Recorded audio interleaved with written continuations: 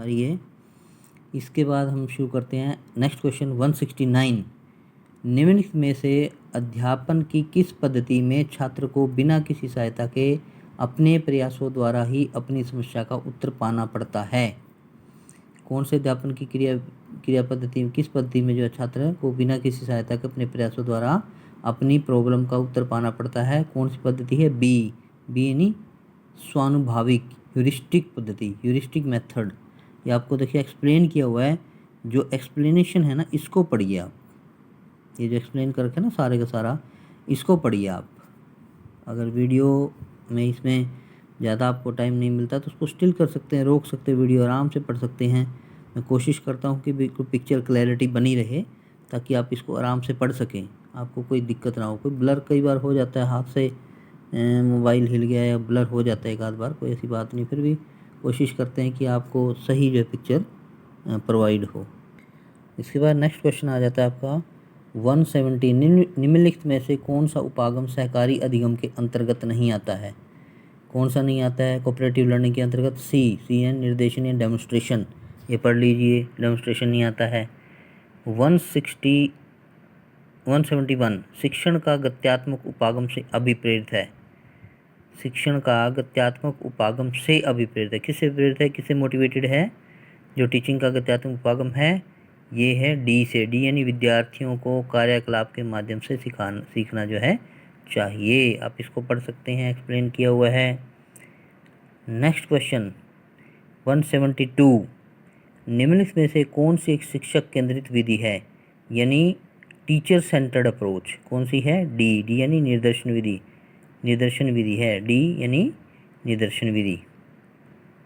इसका एक्सप्लेनेशन पढ़ सकते हैं, सैम्पलिंग ही बोलते हैं उसको, निर्देशन को। 173। निम्नलिखित में से कौन सी शिक्षण अधिगम की एक समूह केंद्रित पद्धति है? समूह केंद्रित पद्धति कौन सी है? डी है। डी यानी विचार मंथन, यानी सभी के विचार को लिया जाए। आप पढ़ सकते हैं, थोड़ा आइडिया आपको भी हो जाएगा इससे कि बिल्कुल डी सही दिया हुआ है। ये देखिए एक्सप्लेन किया हुआ है, एक्सप्लेनेशन देख लीजिए। इसके बाद 174। ज्ञान को संगठित और प्रस्तुत करने के लिए निम्नलिखित में से कौन एक ग्राफीय उपकरण है? कौन सा ग्राफीय उपकरण है? ए है परिकल्पना मानचित्र। परिकल्पना मतलब हाइपोथेसिस, मैप, परिकल्पना मानचित्र एक्सप्लेन किया हुआ है। Next question 175। निम्नलिखित में से किस शिक्षार्थी केंद्रित विधियों में विद्यार्थियों के समक्ष चुनौतियाँ प्रस्तुत की जाती हैं? कौन सा क्वेश्चन है? किस शिक्षार्थी यानी कि किस स्टूडेंट सेंटर्ड या चाइल्ड सेंटर्ड जो मेथड है उसमें विद्यार्थियों के समक्ष चुनौतियाँ प्रस्तुत की जाती हैं? वो है सी यानी आगमनात्मक शिक्षण और अधिगम, यानी कि इंडक्टिव टीचिंग और लर्निंग। इंडक्टिव टीचिंग और लर्निंग, आगमनात्मक शिक्षण और अधिगम। नेक्स्ट क्वेश्चन आता है आपका 176। सामाजिक विज्ञान में निम्नलिखित में से क्या प्रायोगिक विधि की विधि मान्य आलोचना है? ये क्वेश्चन देखिए, दोबारा से पढ़िए।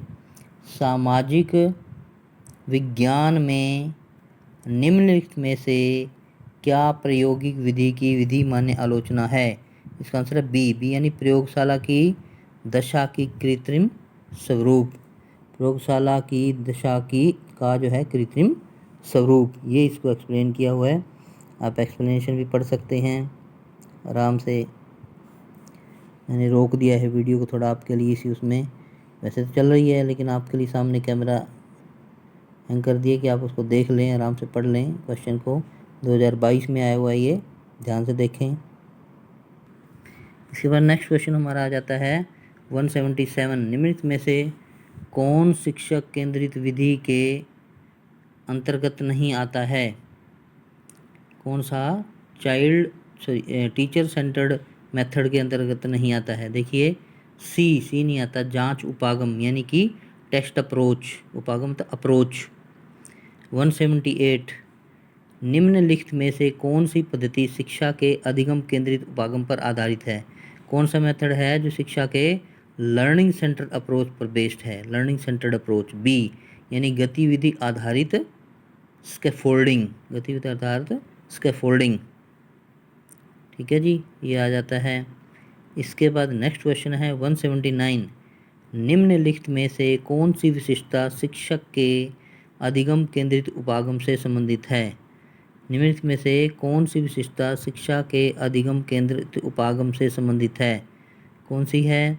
देखिए इसमें है सी, स्वनियंत्रित। कौन सी है? स्वनियंत्रित।